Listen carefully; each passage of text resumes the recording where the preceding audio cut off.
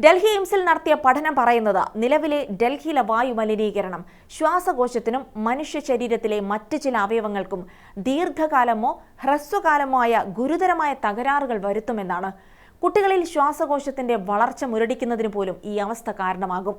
കുട്ടികളിൽ ആസ്മയുടെ തോത് ഈ സാഹചര്യത്തിൽ വളരെ കൂടുതലാണെന്നും മറ്റ് സംസ്ഥാനങ്ങളെ അപേക്ഷിച്ച് 5 മുതൽ 10% വരെ ഇത് കൂടുതലാണെന്നും എയിംസിലെ പഠനത്തിൽ പറയുന്നു. ഡൽഹിയിൽ മുൻകാലങ്ങളിൽ മുതിർന്നവരിൽ കണ്ടുവരുന്ന ക്രോണിക് ഒബ്സ്ട്രക്റ്റീവ് പൾമനറി ഡിസീസ് ബാധിച്ച 90 പേരുടെയും കാരണം പുകവലിയായിരുന്നു. എന്നാൽ ഇന്ന് ഈ അസുഖം ബാധിക്കുന്ന 50% പേർക്കും രോഗകാരണമായി കാണപ്പെടുന്നത് വീടിനകത്തോ പുറത്തോ ഉണ്ടാകുന്ന വായു മലിനീകരണമാണ്.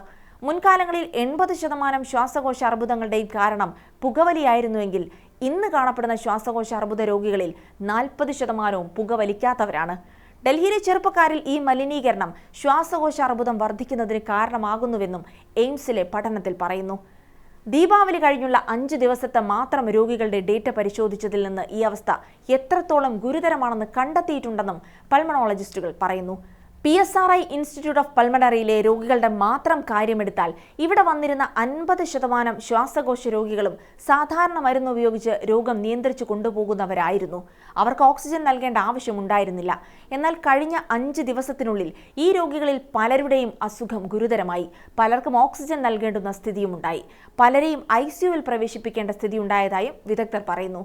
2023 ചിക്കാഗോ സർവകലാശാല നടത്തിയ പഠനത്തിൽ ഡൽഹിയിൽ താമസിക്കുന്നവരുടെ ശരാശരി ആയുസ് 11.9 വർഷം കുറഞ്ഞതായി കണ്ടെത്തിയിരുന്നു.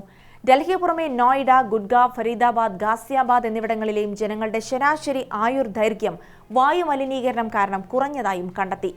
ബംഗ്ലാദേശിന് ശേഷം വായു മലിനീകരണം ഏറ്റവും വലിയ നാശനഷ്ടങ്ങൾ ഉണ്ടാക്കിയ രാജ്യം ഇന്ത്യയാണെന്നും ചിക്കാഗോ സർവകലാശാലയുടെ എനർജി പോളിസി ഇൻസ്റ്റിറ്റ്യൂട്ട് പുറത്തിറക്കിയ എയർ ക്വാളിറ്റി ലൈഫ് ഇൻഡെക്സിൽ പറയുന്നു.